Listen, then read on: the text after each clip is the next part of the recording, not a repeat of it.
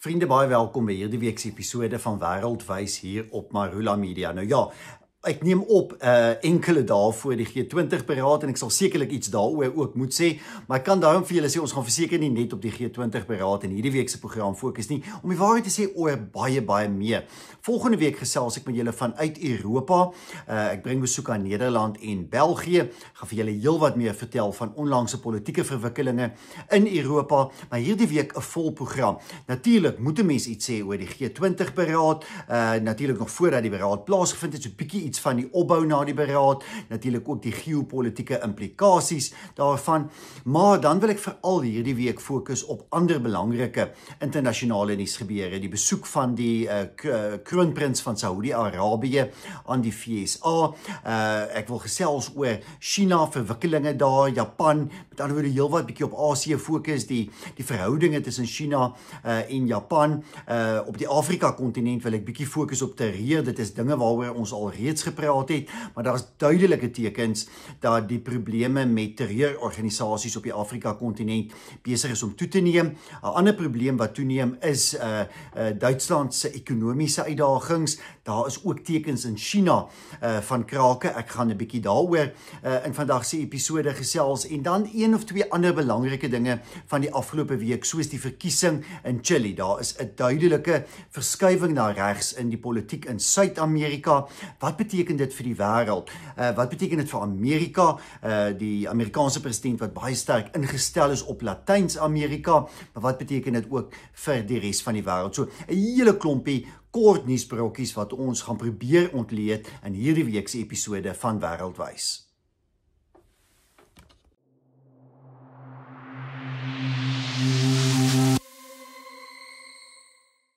Maar ek wil wegskop met die G20 beraad. Nou ja, alles is gereed vir hierdie beraad. As sommige van julle na die potsending kyk, het die G20 beraad dalk al reeds begin of is hy dalk al reeds verby. Daarom gesels ek eintlik maar 'n bietjie oor gebeure in aanloop tot die G20 beraad. Ons weet nou al reeds niemand van die Trump-administrasie gaan die G20 beraad bywoon nie. Ons weet ook dat die president van die tweede grootste ekonomie, Xi Jinping van China, sal afwesig wees, so ook Claudia Sheinbaum, die president van Mexico. Interessant genoeg dat dit hierdie week aan die lig gekom dat Mexico nou ook die grootste invoerder van Amerikaanse produkte is. Natuurlik is Mexico ook die grootste uitvoerder na Amerika. Baie belangrike ekonomiese band tussen die twee lande. Javier Milei van Argentinië woon nie die G20 beraad by nie, so ook een of twee ander wêreldleiers soos Vladimir Putin wat natuurlik dit nie mag bywoon nie. Maar dit is nie waarop ek wil fokus oor wie die G20 beraad bywoon of nie. Wat vir my verstommend was die uitspraak deur die Suid-Afrikaanse minister van buitelandse sake. Dis nou sommer my kort titel vir Ronald Lamola, daar's natuurlik 'n langer titel.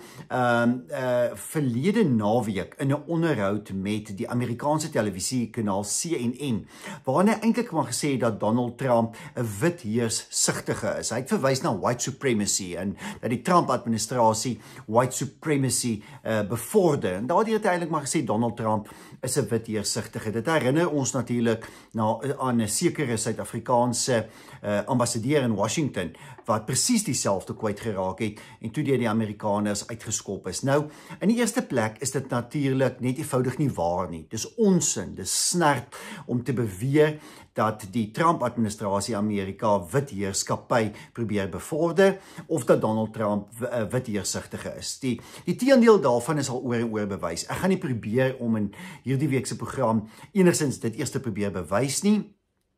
Dit is 'n feit dat die Suid-Afrikaanse minister dis snert kwyt raak, dit 'n week voor die G20 beraad, maar ook te midde van 'n wesenlike diplomatieke geskil tussen Suid-Afrika en Amerika. Nou, kan dit wys wees? Ek is eintlik verstom met die soort van politieke kommentators en skrywers in die media wat almal die mooiste dinge probeer sê. Een kommentator, ek sal maar nie sê wie hy is in 'n Engelse publikasie nie, wat selfs gesê het dat Ronald Lamola kan uitkom uit hierdie G20 beraad as een van die voorlopers om die volgende president van die ANC en van Suid-Afrika te raak. Ek dink dit is eenvoudig vrot diplomatie wanneer jy na die magtigste persoon in die wêreld as 'n iemand wat wit heerskappy probeer bevorder verwys. Absolute swak diplomatie, onwys, maak nie sin nie. As jy so voel, opper dit dan ernstig deur ander kanale, maar nie op 'n televisieprogram in daardie land nie. So, dit was dwaas. Ek wil vinnig 5 punte lys oor hierdie G20 beraad, wat ek dink in my opinie, nog voordat die beraad begin het, 'n bietjie dit kan opsom. In die eerste plek dink ek is dit 'n beraad van verspeelde kansse vir Suid-Afrika. Fantastiese geleentheid. Daar was nou 3 vorige berade ook in die sogenaamde globale suide, Indonesië 2022, Indië 2023 en Brasilië in 2024. Hierdie is die 4de een, dis in die globale suide. Ook natuurlik interessant genoeg, die 4de BRICS-lidland in 'n ry wat nou vanjaar die G20 beraad aanbied. So dit hou, en ek gaan nou iets oor BRICS sê, maar dit hou groot geleentheid dis vir Suid-Afrika in. Dis die eerste G20 beraad op die Afrika kontinent, maar Suid-Afrika wat regtig ekonomiese hupstoot nodig het. Die land sukkel nou al vir 'n dekade lank met byna geen ekonomiese groei nie, of baie lae ekonomiese groei van minder as 1%. Die vooruitsigte vir die volgende paar maande of kwartale lyk ook maar aan die slegte kant. En daarom, wat beter dan as so 'n G20 beraad? Dis 'n duur beraad. Dit kos Suid-Afrika en Suid-Afrikaanse belastingbetalers baie geld om in die beraad aan te bied. Hulle sê 1 miljard rand, my vermoede is dit sal uiteindelik waarskynlik deur indirekte koste baie meer wees. Maar soos wat ons die afgelope 3 jaar gesien het, is dit 'n groot geleentheid vir 'n land om 'n toonvenster te wees van jou beleggingskapasiteit, die beleggingsgeleenthede, om 'n land so bietjie herbekend te stel aan 'n internasionale gemeenskap. En daar waar die magtigste ekonomieë van die wêreld bymekaar kom, geen beter geleentheid nie. Nou, daardeur sê ek nie dat die G20 beraad 'n ramp gaan wees of enigiets van daardie aard nie. Dit sal ons moet sien oor die volgende paar dae. Wat ek wel sê is dat in aanloop tot hierdie beraad het Suid-Afrika sy geleenthede verspeel.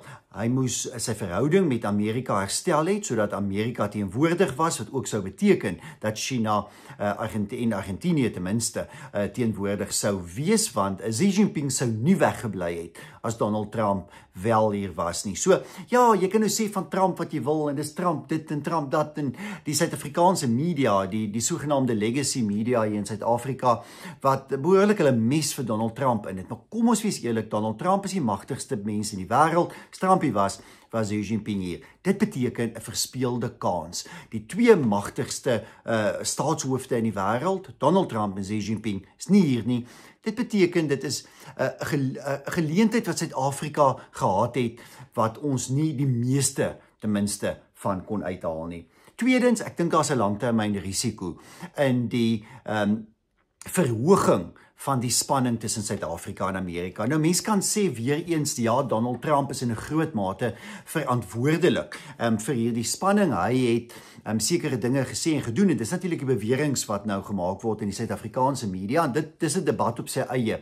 Maar die Suid-Afrikaanse regering het niks gedoen om hierdie spanning te probeer bylê nie. Hulle het nie geantwoord op Trump se eise nie. Hulle het in hulle eie retoriek al hoe meer radikaal geraak, soos dit wat minister Lemola gesê het. So, ek dink hier lê ongelukkig na hierdie beraad wesenlike risiko vir Suid-Afrika, ook die toenemende kans dat Suid-Afrika uitgesluit sal word uit volgende jaar se G20 beraad in Amerika, maar moontlik ook ander berade, geleenthede, plekke waar daar natuurlik saamgepraat sal word. Ook daarmee saam die kanse natuurlik vir byvoorbeeld 'n handelsooreenkoms tussen Suid-Afrika en Amerika, wat ek dink net in hierdie afgelope week het daardie kanse dramaties afgeneem. Jy kan nie na die Amerikaanse president as iemand wat 'n wit heerskappy of 'n wit heersigtige is. Jy kan nie na hom dit vernoem en verwag hy moet volgende week 'n handelsooreenkoms met Suid-Afrika teken nie. Die derde punt. Hierdie G20 beraad staan in die harde werklikheid van Suid-Afrika se dalende, afnemende geopolitiese invloed. 20, 25 jaar gelede was Suid-Afrika die plek om te wees. Elke staatshoof het hier kom besoek af lê met vlae voor die Uniegebou. Dit was die plek waar jy gewys het, jy's ernstig oor Afrika, en herlewing van Afrika, jy's ernstig om lande met groot potensiaal in Afrika, soos wat Suid-Afrika daardie tyd beskou is, te ondersteun. Dit is nie meer die geval nie. Anders was Xi Jinping hier, soos wat hy in 2022 in Indonesië was, en soos wat hy verlede jaar die beraad in Rio de Janeiro in Brasilië bygewoon het. So, ek steur my nie aan die kommentators wat die hele tyd verwys na die feit dat Xi Jinping die 2023 beraad in Indië misgeloop het. Daar was natuurlik 'n groot en ernstige grensgeskil tussen Indië en China op daardie tydstip. So ons moet maar so 'n bietjie deur die linkse geraas sien. Dis eintlik vir my verstommend hierdie afgelope week hoe Afrikaanse en Engelse media in Suid-Afrika eenvoudig ingeval het agter die Suid-Afrikaanse regering. So asof dit onpatrioties is om kritiek te lewer teen die Suid-Afrikaanse regering in die aanloop tot hierdie G20-beraad. Ek dink dit is juist patrioties om uit te wys die foute wat gemaak is. En dit bring my by my vierde en tweede laaste punt oor die G20-beraad, en dit is die agenda. Dit is 'n linkse agenda, 'n agenda van ongelykhede en solidariteit en natuurlik die staatsskuld van Afrika lande en al hierdie dinge. Tipies Cyril Ramaphosa. Cyril Ramaphosa sien Suid-Afrika en Afrika geopolities altyd vanuit hierdie historiese skuld teenoor Afrika. Jy moet altyd die Weste laat sleg voel oor kolonialisme. Natuurlik doen land so Singapore dit lankal nie meer nie, en hulle is superryk en uiters suksesvol, want hulle het eenvoudig kolonialisme agter hulle geplaas, en daar is nog baie goeie ander voorbeelde ook van lande wat swaar gekry het onder kolonialisme. Maar ja, uiteindelik Ramaphosa wat maar nie kan ontsnap van kolonialisme nie, dit is nou maar sy besigheidskaartjie. Dit is gedruk op sy besigheidskaartjie. Kolonialisme, apartheid, selfslawerny. En ongelukkig is dit 'n verkeerde agenda. Dis nie 'n agenda wat praat oor die toekoms van Suid-Afrika en van Afrika nie.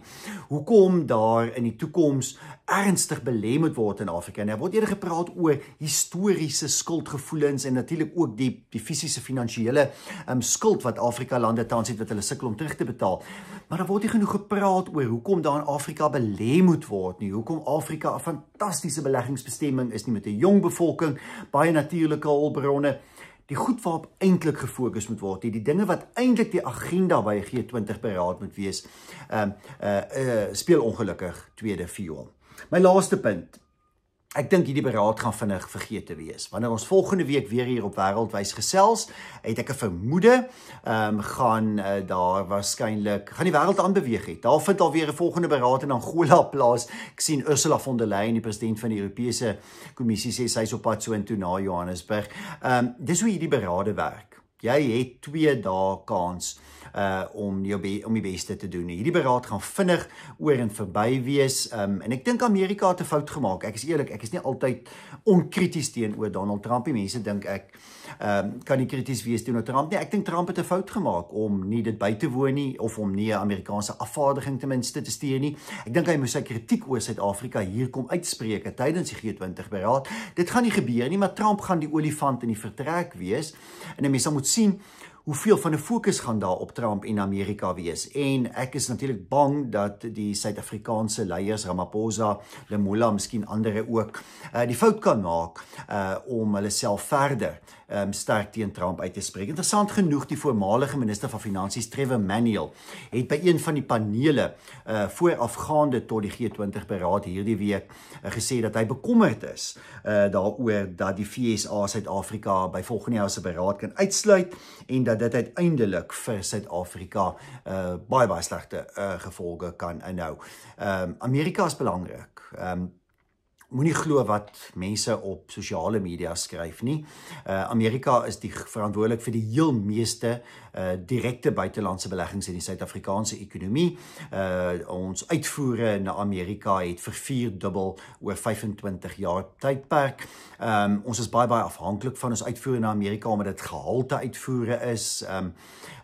Ons kan nie eenvoudig ons rug op Amerika draai, soos wat die Suid-Afrikaanse regering tans doen nie. 'n Reuse fout, dit moet ons erken. Kom ons hoop, daar is iets mooi ook vanuit die G20 beraad, want as patriotiese Suid-Afrikaners wil ons almal graag hê dat die ekonomie kan groei, dat daar geleenthede moet wees, sodat ook ons sakelei en mense beter kan doen, maar een of ander tydstip moet die Suid-Afrikaanse regering tot 'n werklikheidsbesef gedwing word. Is tog jammer, Trump is nie hier hierdie naweek om presies dit te doen nie.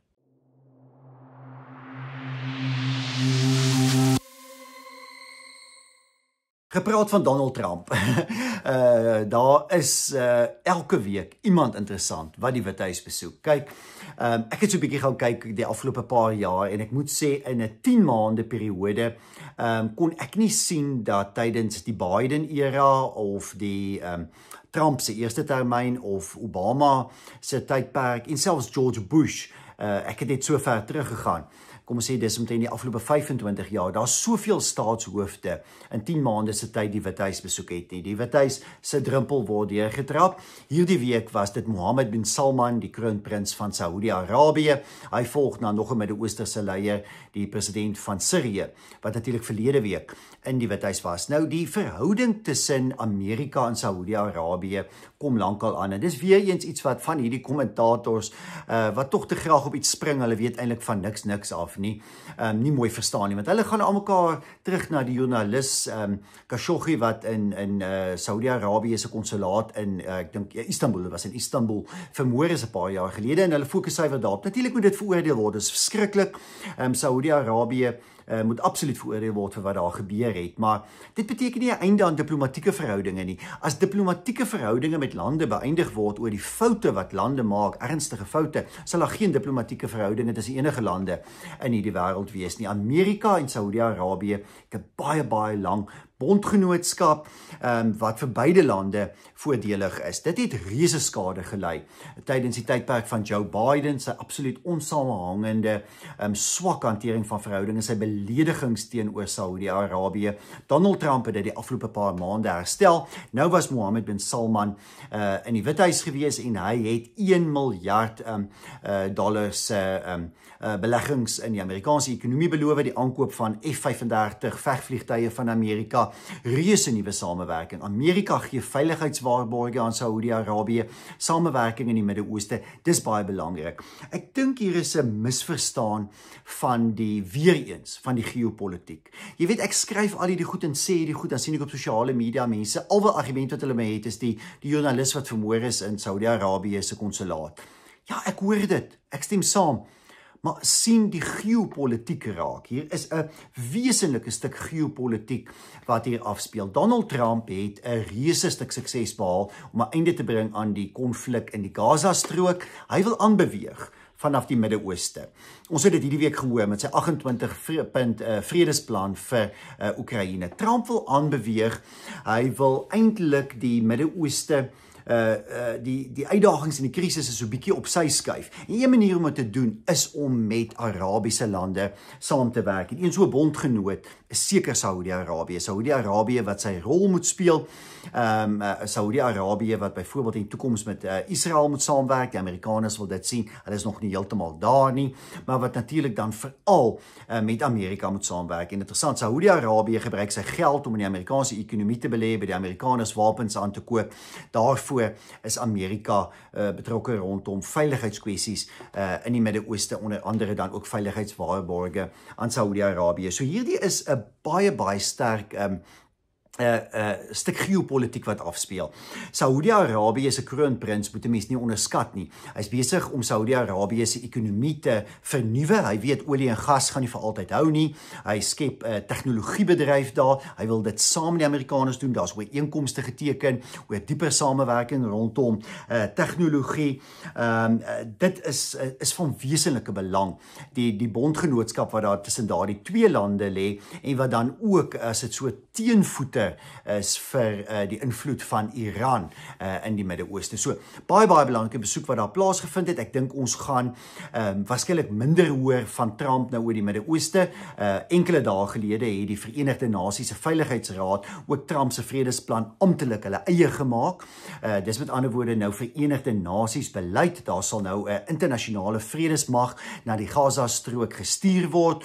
En ek dink daar is regtig waar hoop vir langertermyn vrede tussen Israel en die Palestynë, en president Trump beweeg aan en sy volgende fokus is nou vrede in Oekraïne. Dis 'n moeiliker een, want die probleem is natuurlik dat Trump kyk na hierdie oorlog vanuit heeltemal verstaanbaar die oogpunt van strydende faksies wat teen mekaar in oorlog gewikkel is. Vladimir Putin sien dit anders. Hy sien dit as 'n beskawingsvraagstuk, as die Russiese ryk, die Russiese beskawing wat onder druk verkeer het die afgelope tydperk, en hy is gedeeltelik reg oor NAVO en die Weste se invloed in Oos-Europa, maar hy is ook tot 'n groot mate verkeerd met sy interpretasie van werklike bedreigings teen Rusland, maar die werklikheid is ons het nou vir byna 4 jaar oorlog in Oekraïne, 'n vernietigende oorlog. Die Amerikaanse president wil 'n einde daaraan bring en hy probeer nou die partye kry om te skik. Steve Witkoff, sy spesiale gesant, was in Rusland. Hy het met die Russe gepraat en ek vermoed die Russe het ingestem tot die grootste deel van hierdie 28-punt vredesplan, en nou is daar 'n afvaardiging uit Amerika in Kiev, die hoofstad van Oekraïne. Oekraïne gaan moeiliker instem hiertoe, want die Trump-plan stel voor dat wel dele van die Donbas en die Krimskiereiland aan Rusland gegee moet word. So, kom ons kyk wat gebeur. Trump was al baie gefrustreerd geweest met goeie rede die afgelope paar maande, omdat hy nie regtig vordering maak met hierdie vredesproses nie, maar ons moet almal bly hoop vir vrede. Vrede wat uiteindelik vir Rusland sekerheid gee, dis ook goed en nodig. Dat Rusland wel sekerheid het dat hy sy posisie in die wêreld kan vertolk en kan vervul, dat dit nie 'n destruktiewe posisie is soos wat dit die afgelope byna 4 jaar is met 'n bloedige oorlog waarin honderde duisende mense dood is nie. Oekraïne moet ook sekuriteit kan hê, moet ook weer ekonomies kan herleef. Daar's geweldige swaarkry. Jy weet, mense geniet soms oorlog. Ek verstom met mense wat hierdie oorlog goed praat en aanhou lekker kry uit hierdie oorlog uit. Behalwe vir al die sterftes is daar ongelooflike swaarkry. Oekraïne se ekonomie wat omtrent vernietig is, gedeeltelik in veral sekere streke, en dit moet tot 'n einde kom, dat daar ook sekerheid daar is, maar uiteindelik ook geopolities die verhoudinge herstel kan word. Ek is uitgesproke daaroor gewees in die verlede dat ek dink daar moet beter en nouer bande tussen die Weste en Rusland wees, en in besonder tussen Amerika en Rusland. Daar's genoeg rede om te glo dat 'n vriendskap tussen Amerika en Rusland beter vir beide lande en die wêreld is as 'n vyandskap tussen die twee, want ons weet dat China graag wil hê dat Rusland 'n vyand van die Weste moet wees en dat Rusland eerder konflik sleep by die Chinese, soos wat die afgelope 3 jaar gebeur het. Interessant genoeg, uiteindelik sien ons vanuit Washington en die Trump-administrasie steeds 'n baie sterk fokus op hierdie geopolitiese vraagstukke, internasionale konflikoorloë. Trump het baie sterk daarop fokus, maar ons het ook die afgelope paar dae gesien, so die afgelope 2 weke, dat Trump wel begin insien dat hy meer op binnelandse beleid sal moet fokus. Daar is die suksesverhale rondom onwettige immigrasie, die beskerming van die grens, maar ons moet baie eerlik wees. 'n Groot meerderheid van Amerikaners voel Trump los nie die ekonomiese probleme van hoë lewenskoste en inflasie op nie. Mense is bekommerd oor mediese sorg. Daar's regtig 'n krisis oor die koste van mediese sorg en toegang tot mediese sorg in Amerika. En Trump moet dit ernstiger opneem. Anders gaan die Republikeinse party volgende volgende jaar in die middeltermynverkiesing 'n groot nederlaag lei, wat natuurlik vir Trump baie sleg sal wees. So terwyl al hierdie geopolitiese internasionale kwessies belangrik is, sien ons nou 'n bietjie van 'n afskaling in van die tariewe wat natuurlik baie sleg was vir voedselpryse in Amerika, maar Trump wat baie meer sal moet doen om te kyk na lewenskoste, inflasie en die mediese vraagstuk. Ek dink dit is die goed wat in binnelandse politiek deur Trump hanteer sal moet word, indien hy nie slaag in behoorlike hervormings nie, indien hy nie die vertroue van die Amerikaanse kiesers inwin nie, gaan die Republikeine volgende jaar baie swaar kry in die middeltermynverkiesing.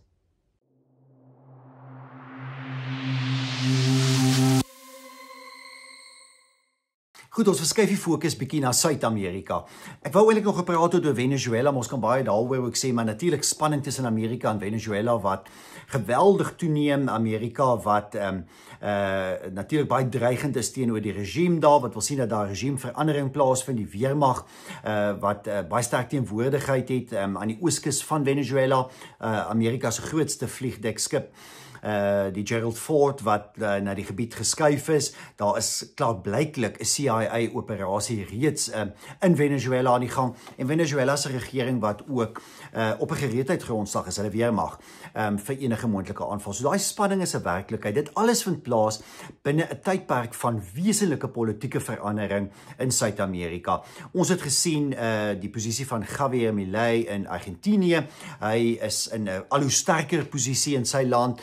Na die ook onlangse parlementêre verkiesings, en toe het ons ook gesien die eerste ronde van die presidentsverkiesing in Chili. Nou, Chili is 'n welvarende land binne Latyn-Amerika, een van die welvarendste, en dit is 'n was histories eintlik vir baie lank, na al die onrustigheid tydens die vorige staatsgreep en al daardie dinge waaroor ek nou wil praat nie, maar dit was vir 'n hele paar dekades een van die veiligste lande, met tye die veiligste land in Latyn-Amerika. Die afgelope 3 jaar ver linkse regering van die kommunistiese party, geweldige nuwe regeringsspandering, dit het gelei tot inflasie, die instroming van immigrante in Chili, wettig en onwettig, sodat die persentasie van die bevolking wat in die buiteland gebore is van 2% na 10% toegeneem het, geweldige toename in misdaad in die hoofstad Santiago, maar reg deur Chili,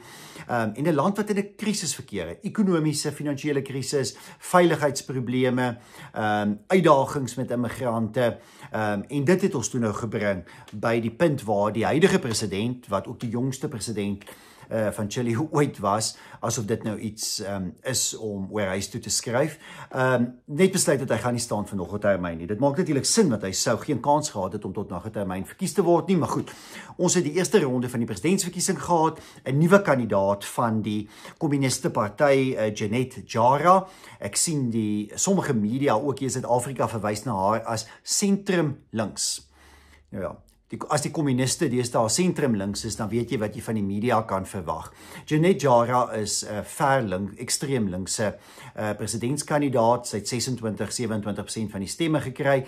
Bietjie daardie linkse stemme rondom haar verenig, maar 70% van kiesers het vir regse kandidaate gestem, en José Antonio Cast, wat die meeste stemme van hulle gekry het, en hy sal op die 14de Desember nou te staan kom teen Jara. So Jara teen Cast, ekstreem links teen regse soort van konservatiewe nasionalistiese kandidaat wat Chili se grense wil sluit. Hy sluit baie sterk aan by president Donald Trump se denke, onwettige immigrante wil deporteer, baie strenge wetstoepassing wil implementeer. Hy kyk na die voorbeeld van El Salvador, waar mense eenvoudig wat by misdaad betrokke was opgesluit is, soos wat moet gebeur.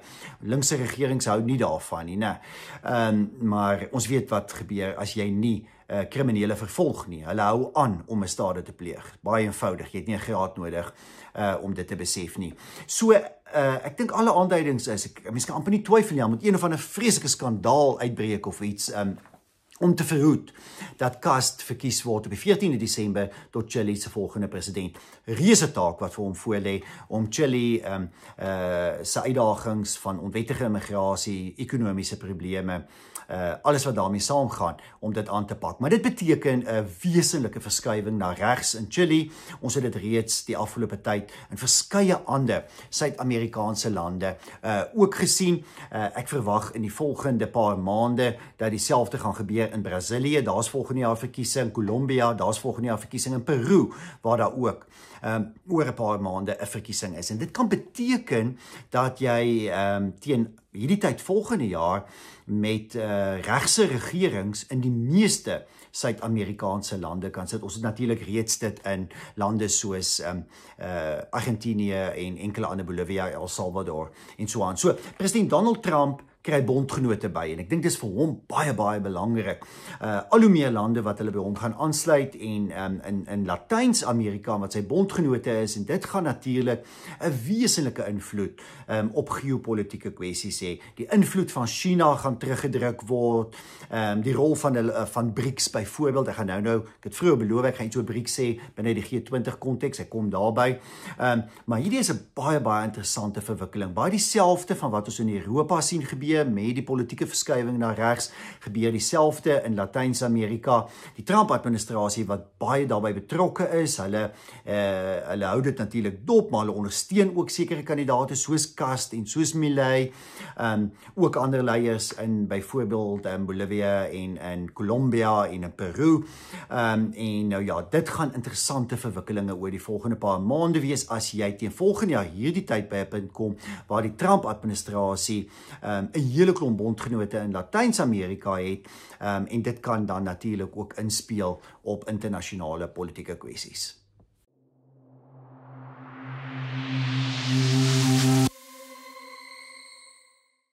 Ek praat alweer oor Duitsland. Ek weet nie wat dit is nie, maar ons fokus die afgelope tyd bietjie op Duitsland. Ek het nou die dag ook oor Duitsland en ander probleme in Duitsland gepraat, maar ja, dis presies 6 maande sedert Friedrich Merz die bondskanselier van Duitsland geraak het. En interessant genoeg, sy eie ekonomiese span het die afgelope week nou Duitsland se groeiverwagtinge vir volgende jaar afgeskaal na 0,3%.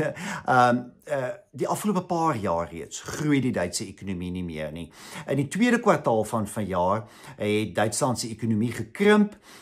In die derde kwartaal, die syfer is sopas bekend gemaak, het die Duitse ekonomie met 0% gegroei. Dit beteken hulle is nie tegnies in 'n resessie nie, want as hy met 0,1% gekrimp het, dan was hy in 'n resessie. So jy het nou 'n krimping van 0,3% gehad en 'n groei van 0%.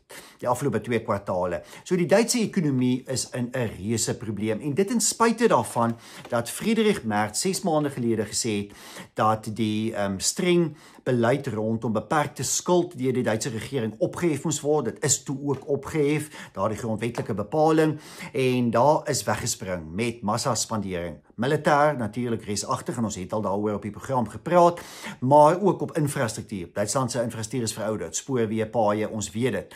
Dit maak egter nog geen verskil in die Duitse ekonomie nie. Daar's probleme met werkloosheid, daar is kommer onder die Duitse bevolking, en interessant genoeg, Friedrich Merz wat die volgende gesê het. Hy het gesê die welsynsstaat soos ons dit vandag ken, kan nie langer deur die Duitse ekonomie gefinansier word nie.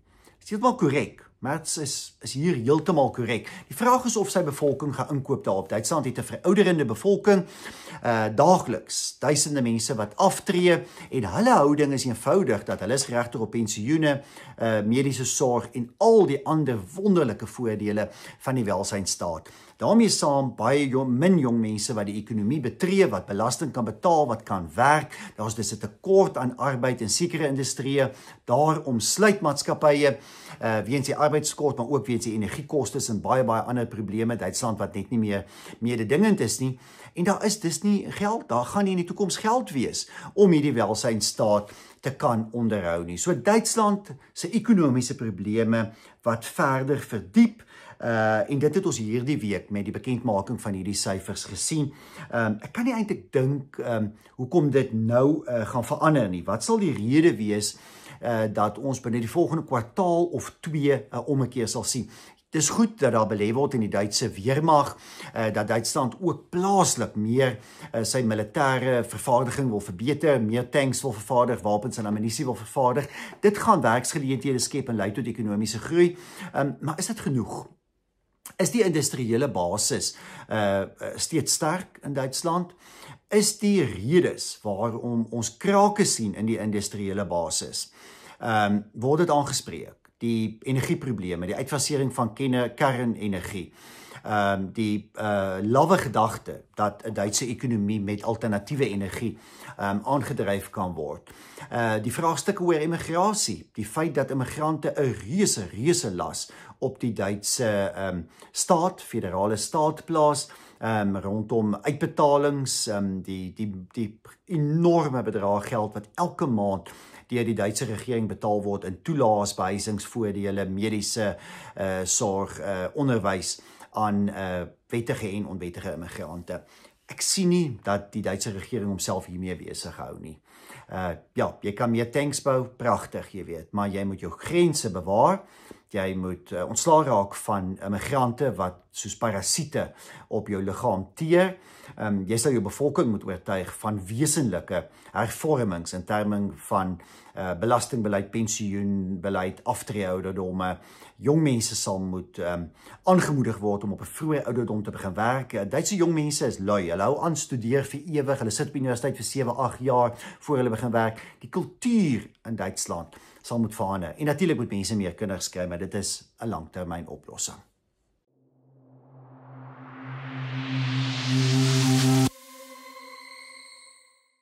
Nou wil ek bietjie skuif na Asië en ek wil sommer so 2 stories in een gooi en dit is Japan en China.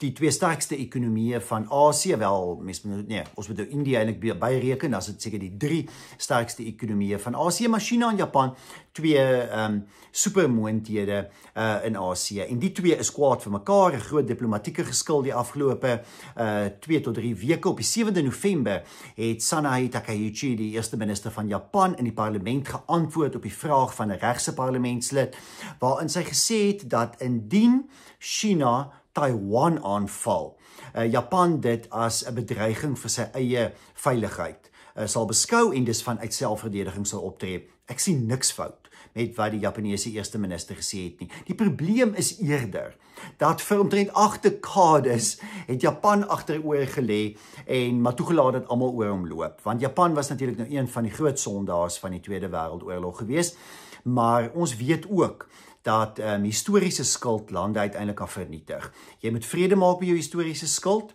jy moet dit regmaak, jy moet jou skuld erken, maar jy moet kan aanbeweeg. Baie lande het die vermoë om aan te beweeg en dan gaan dit beter met hulle. Lande sukkel soms om aan te beweeg en dan vernietig hulle self. Japan se nuwe eerste minister wil aanbeweeg. Sy wil 'n baie meer selfgeldende houding inneem, 'n Japan wat weer homself verdedig, wat weer 'n nasie trots het, en wat nie sal toelaat dat China in Asië maak net soos wat hy wil maak nie, want dit is die werklikheid van die afgelope paar jaar. Die aggressiewe wyse waarop die Chinese weermag opgetree het in die Suid-Chinese See, almal van die Filippyne tot Japan, Suid-Korea, almal bedreig, grensgeskille met almal aangaan, eenvoudig dink dat hy kan maak soos wat hy wil. Dit is nie toelaatbaar nie, maar goed, toe reageer senior diplomaat van die Chinese wat in Osaka in die konsulaat daar is, deur te sê dat die monster se kop afgekap moet word. Nou ja, baie mense het gedink heeltemal tereg dat hy verwys na Japan se eerste minister en Japan het met heeltemal korrek met redelike woede daarop gereageer. So 'n groot diplomatieke geskil tussen die 2 lande, dit sal sekerlik bygelê word. Dit gaan nie nou lei tot 'n oorlog tussen Japan en China nie, maar ek dink ons kan verwag dat hierdie Japaneese eerste minister nie gaan toelaat dat daar oor haar geloop word nie. Nie deur die Chinese nie, nie deur enigiemand anders nie. En dit is interessant, dit is opwindend, want Japan is natuurlik 'n belangrike bondgenoot van die Weste in Asië. Japan is 'n hoogs gekultiveerde samelewing, is 'n gevorderde, hoogs ontwikkelde, fyn gekultiveerde samelewing, 'n samelewing wat gekoester moet word, 'n beskawing wat beskerm moet word, 'n beskawing wat vriendskappe mee gesluit moet word deur westerse volkere. So, ek is opgewonde oor 'n selfgeldende Japan wat weer sy posisie wil inneem. Natuurlik is Japan al vir baie dekades 'n ekonomiese reus en speel sy ekonomiese rol in die wêreld, maar nie noodwendig polities en militêr nie. Dit is 'n opwindende fase wat ons tegemoet gaan. Hoe China daarop gaan reageer, dit sal ons moet sien. Ons weet, China hou nie daarvan nie. China hou nie daarvan dat Indië ooreenkomste sluit met byvoorbeeld Brittanje en Australië en die VSA rondom verdediging nie. China hou nie daarvan as ander lande in Asië militêre opbou het, hulle self wil verdedig, meer selfgeldend optree en natuurlik 'n sterk geopolitiese rol wil probeer speel nie. Die groot vraag vir my oor China, en dit bring my eintlik by wat ek oor China vandag wil sê, is dat hoe volhoubaar is die supermoondheidstatus van China oor die langtermyn? Kom ons wees eerlik, China is vandag 'n supermoondheid.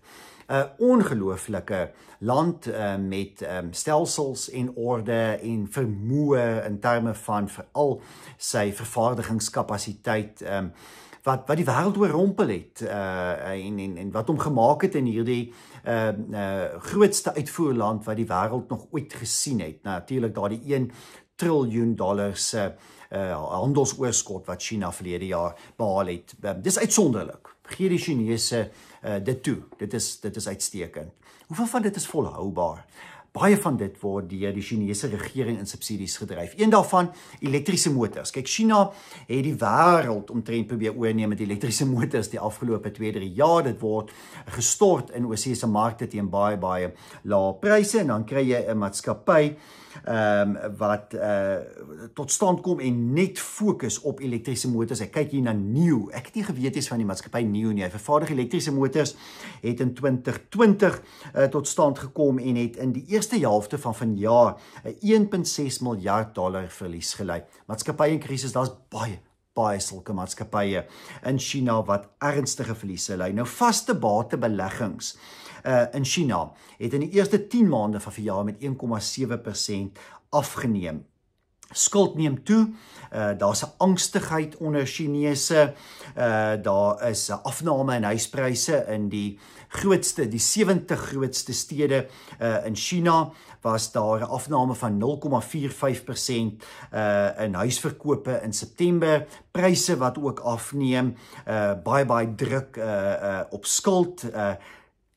Ja, ek sien krake, ek sê dit al vir 'n jaar of 2, dat ek krake in die Chinese ekonomie sien. Ek voorspel nie dat die Chinese ekonomie binnekort in duie gaan stort of een of ander reuse krisis gaan beleef nie. Ek sien wel 'n ekonomie wat gebou is op fondamente wat nie so volhoubaar is nie. Of die Chinese die oorgang sal kan maak na meer volhoubare fondamente, of daardie stoel op 4 sterker bene sal kan staan in die toekoms. Dis moontlik. Die Chinese is innoverend, hulle is briljante denkers, hulle is groot strateë. Iemand soos Xi Jinping is 'n briljante strategiese denker.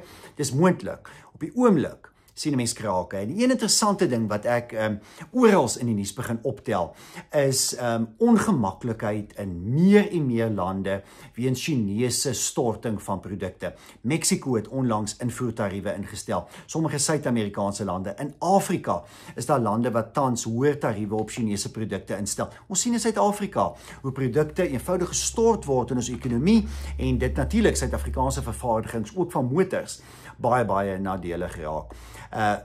Daar gaan meer hiervan in die toekoms wees. Jy kan nie toelaat dat jou plaaslike vervaardiging vernietig word weens goedkoop Chinese produkte wat deur hulle staat gesubsidieer word nie.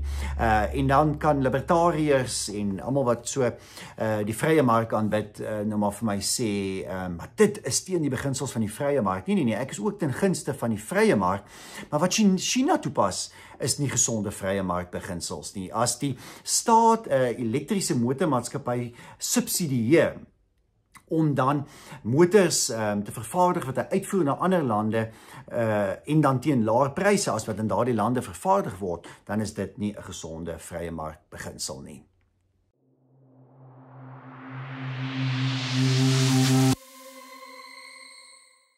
Ek wil ietsie kort in vandag se program sê. Dit gaan regtig die kortste insetsel van hierdie episode wees. Dit gaan oor BRICS.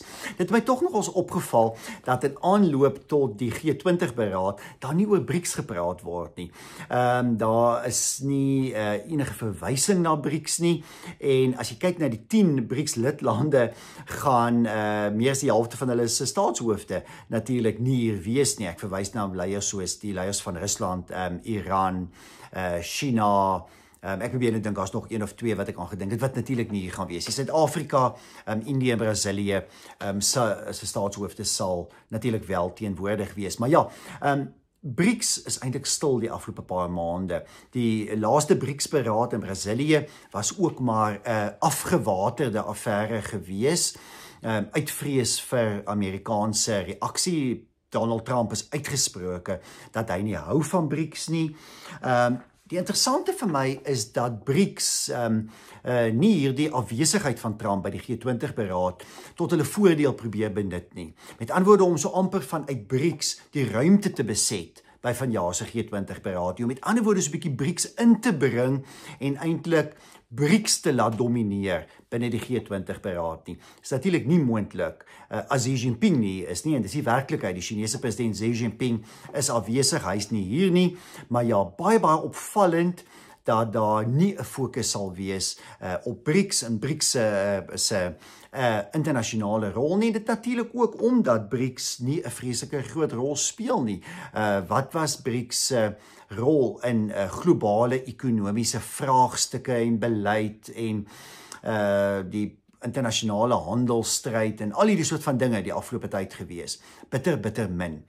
Dit bevestig eintlik maar vir ons dat BRICS eintlik maar so 'n jaarlikse byeenkoms is van lande uit die globale suide wat so 'n bietjie wil terugstoot teen Amerikaanse hegemonie en Amerikaanse invloed en so aan. Maar vir die res, ja, is eintlik die G20 beraad ook 'n bevestiging dat BRICS eintlik nog maar hoogstens 'n soort van sekondêre rolspeler in globale ekonomiese vraagstukke is.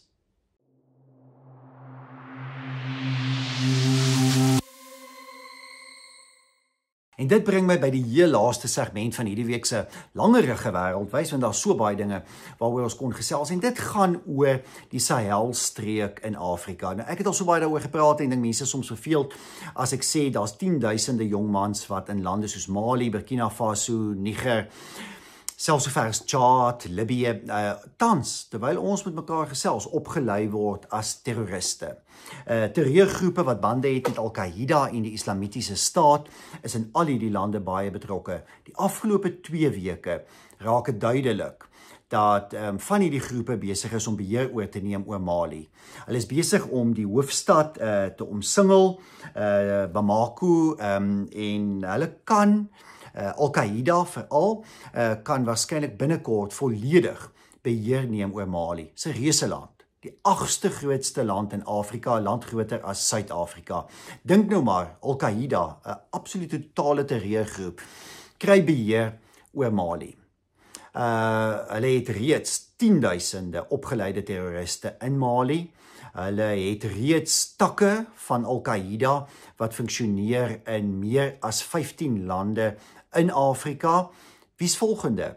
Nigerië, waar ons sien dat islamitiese terreur besig is om waarskynlik die vinnigste op die Afrika-kontinent toe te neem. Ons weet klaar van die probleme van die lande in die Sahel, van Wes tot sover oos as Sudan.